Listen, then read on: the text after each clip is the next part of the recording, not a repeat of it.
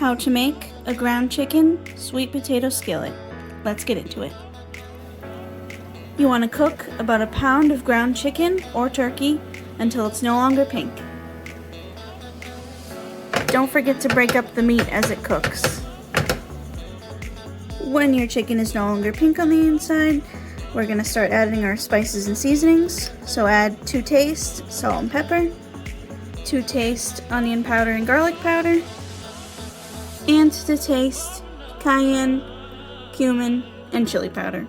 And of course you can add any and all other seasonings and spices you'd like. Give everything a good stir and let this cook for maybe another minute or 2 just to get the seasonings to adhere to the chicken. And when you're done with that, just take it off the heat for a couple of minutes so we can do the next step. Next, you want 1 pound of sweet potato. Cooking this the night before works best because you want it as cold as possible. It should be easier to cut in dice. First, you want to cut the ends off. Then you want to cut it in half lengthwise.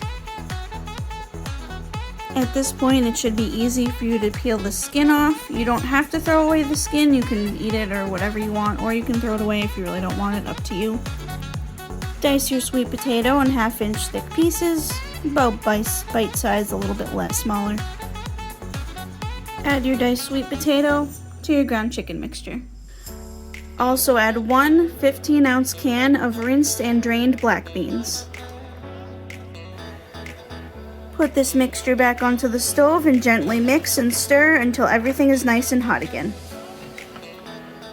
Be careful when you're stirring so you don't destroy your sweet potato. It's very soft.